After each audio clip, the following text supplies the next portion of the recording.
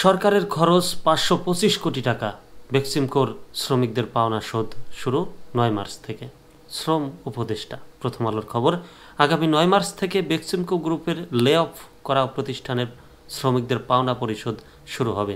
এই পাওনা পরিশোধ সরকারকে খরচ করতে হবে সরকারকে খরচ করতে হবে ৫২৫ কোটি ৪৬ লাখ টাকা। আজ বৃহস্পতিবার সচিবালয়ে অনুষ্ঠিত এক সংবাদ সম্মেলনে শ্রম ও কর্মসংস্থান উপদেষ্টা ব্রিগেডিয়ার জেনারেল অব এম শাখাওয়াত হোসেন এ তথ্য জানান। আগামীকাল থেকে বেক্সিমকো শিল্প পার্কের ১৪টি প্রতিষ্ঠান পুরোপুরি বন্ধ ঘোষণা করা হবে বলে জানান তিনি। আমরা বিগত সরকারের আমলে দেখেছি বিভিন্ন বড় বড় বেসরকারি প্রতিষ্ঠান, সেখানে সরকারি হস্তক্ষেপ ছিল বা সরকারি ম্যানেজমেন্ট ছিল, বা এক ধরনের বলাই যেত যে সরকার বেসরকারি প্রতিষ্ঠানের অর্ধেকটা নিয়ন্ত্রণে নিয়েছিল বা তাদের নিয়ন্ত্রণে ছিল। যেমন উদাহরণস্বরূপ ইসলামী ব্যাংক, তারপর বেসরকারি টিভি চ্যানেলও আছে, এর মধ্যে আরও বড় বড় বেশ প্রতিষ্ঠান আছে।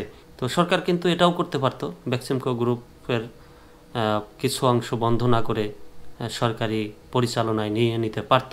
আজ বৃহস্পতিবার সচিবালয়ে অনুষ্ঠিত এক সংবাদ সম্মেলনে শ্রম ও কর্মসংস্থান উপদেষ্টা ব্রিগেডিয়ার জেনারেল অব এম শাখাওয়াত হোসেন তথ্য জানান।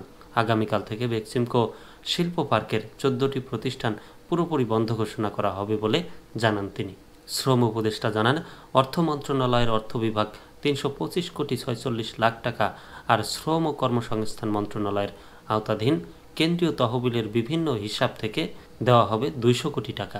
বেক্সিমকো গ্রুপের পাওনাদারের মধ্যে শ্রমিক রয়েছেন ৩১,৬৭৯ জন আর কর্মচারী হচ্ছেন ১,৫৬৫ জন। এই যে সরকার এত কোটি টাকা বেক্সিমকোর শ্রমিকদের দেবেন, সরকার এত টাকা কোথায় পাচ্ছে? সরকার কিন্তু আমার আপনার পকেট থেকে কেটে নিয়ে এক ধরনের কাটাই। আমার আজকেও একটা ব্যাংক থেকে মেসেজ আসছে, সেখানে ৫৭৫ টাকা কাটা হয়েছে। কী কারণে, কারণটা জানানো হয় নাই, শুধু মেসেজ দিয়ে বলা হয়েছে আপনার অ্যাকাউন্ট থেকে ৫৫০ টাকা হেড অফিস থেকে কর্তন করেছে। তো কিছুদিন পরপরই এমন কাটে। আবার বিভিন্ন পণ্য সামগ্রী আমরা যখন ক্রয় করি, সেই জায়গা থেকেও ভ্যাট ট্যাক্সের ব্যাপার আছে।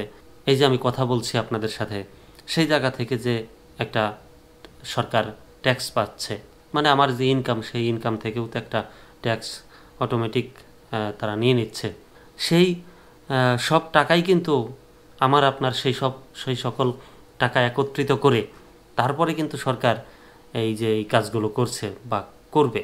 সংবাদ সম্মেলনে আরও জানানো হয়, বেক্সিমকো শিল্প পার্কের প্রতিষ্ঠানগুলোর বিষয়ে পরবর্তী করণীয় ঠিক করতে একটি উপাচার্যের কমিটি গঠন করা হয়েছে। অন্তর্বর্তীকালীন সরকারের প্রধান উপদেষ্টার আন্তর্জাতিক বিষয়ক সংক্রান্ত বিশেষ দূত লুৎফে সিদ্দিকী এই ৬ সদস্য বিশিষ্ট কমিটির নেতৃত্ব দেবেন। এই কমিটিতে সদস্য হিসেবে থাকবেন Bangladesh securities and exchange commission, Bangladesh bank ও অ্যাটর্নি জেনারেলের প্রতিনিধি সহ বেক্সিমকো লিমিটেডের রিসিভার। কমিটির সদস্য সচিব হিসেবে কাজ করবেন বাংলাদেশ বিনিয়োগ উন্নয়ন কর্তৃপক্ষের চেয়ারম্যান।